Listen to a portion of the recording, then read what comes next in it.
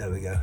So we're going to make a little video about mobility and movement, and basically this is going to go hand in hand with the workouts that we've been doing. Now, when I was younger, basically you didn't do a warm-up. You walk in the gym, you just stretch your leg, and you decide how many plates you're going to start with, and that's pretty much how it went.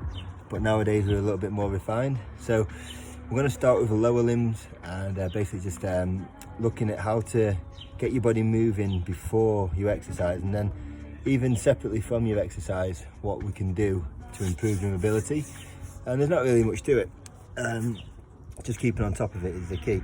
So what we'll start with most of the time is something very basic. So we'll just get our joints moving a lot of the time. So even if it would just be, say, a squat or something, we just sit down and we can just get moving. Now, what we're looking to do here, we're just moving side to side, moving around. We're not really putting much effort in at all. And what we don't want to be doing really is sitting still. We don't want to be just sitting in a movement like this, because most of our movements aren't static.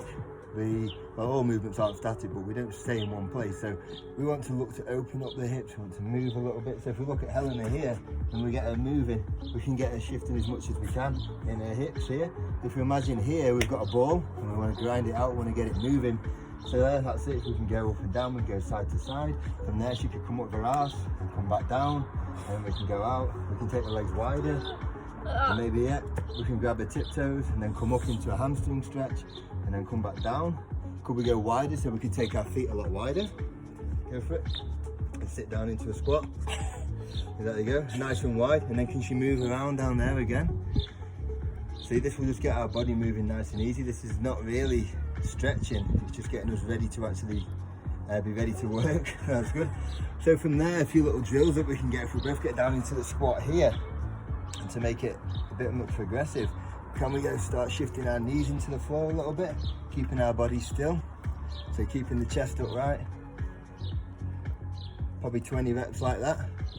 Maybe grab hold of the ankle there, full rotations, maybe 10 each side. You can see Helena's hip flexors have gone already now, so she's got up. And you'll be able to see now that I can sit up quite straight. I'm pushing a lot of energy into my knees, so I can stay up nice and straight. And I haven't really done anything to get myself going yet. So if we get Helena into a long lunge, so into this position, and if we can get her back knee off the floor, that's it, get it higher, we're going to get that back leg straight. Now we're going to get this out here like this. I'm going to use the elbow to push out, and we're going to move backwards and forwards. And what we're going to get is some movement through here. And the more we can get, the better the squat's going to be.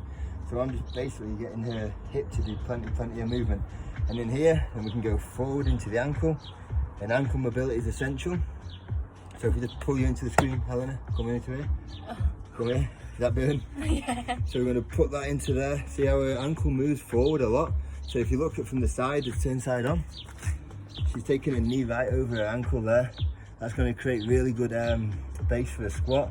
If you can only get to there, you're going to have problems. Another method would be to put your feet together. This is going to be a tricky one for her. And we can sit into a squat like this, and we can just move backwards and forwards. A lot of people won't be able to do this, but if you can see, I can keep my heels on the floor. Helena can do it, she's pretty bendy. And then from there, again, we don't want to stay still. We want to move.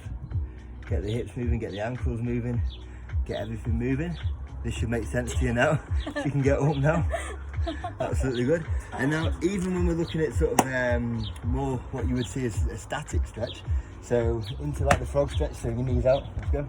That one. Yeah, into on your knees, like this. Oh. Yeah, wide as you can go. So even if we're doing a stretch like this, because we're looking at it for performance, we're not really looking at it for, say, like a static pose such as yoga, but there's nothing up with that. What we want to do whilst we're doing it is move the hip. We don't really want to be staying still, we want to be moving all angles, so back, forward, and when she goes back, can she go sideways? Would it be different if she bring the feet in a little bit? Would it be harder if she took them right out like that? So you have to discover it for yourself. Can she go back and then pick her chest up? And then sit deep into it, so get your chest up, yeah, chest down. So bring your chest up, now push back, now move again. And then from there, wide legs, so on your feet. Wide legs as wide as you can.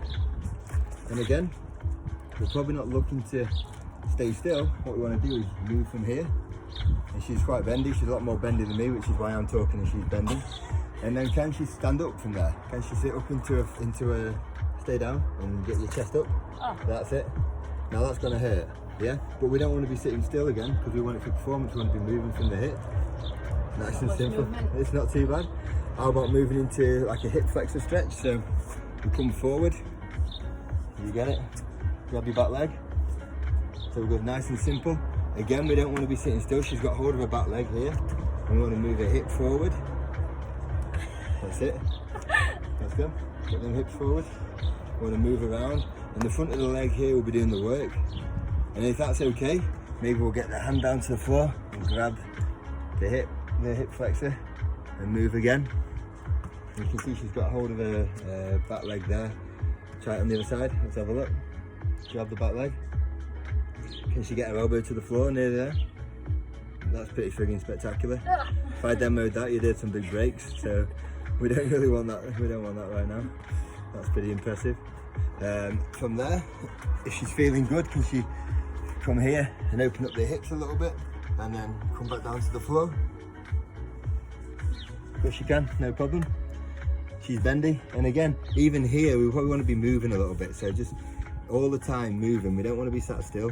We want to make sure that the hips are moving because we're trying to mobilize. We're not just trying to get good at one stretch. So say you're doing a yoga pose, you can get up now. So say you're doing yoga or something, sometimes it's about being good at a pose, so holding a position, which there's nothing up with that. But when we're looking to do it for, say like weightlifting or running or whatever it is the movements you're doing, you're trying to create a better movement, a longer range of movement. A longer range of movement will ultimately enable you to have move weights better, move positions better, basically use more energy, grow more muscle. So mobility is definitely slightly different to flexibility. So if we look at the squat now she's been doing that, she should look a lot better. So we're here and we can get a really nice frog squat, really wide. That's pretty perfect actually, really wide legs. That's actually better than she ever does. And turn to the side and show you that. Yeah, chest up, bum down. That's a 10 out of 10. And that's only from 6 or 7 minutes of moving around. If she did that maybe twice a day for 10 minutes, she's going to be perfect, yeah. Cheers guys.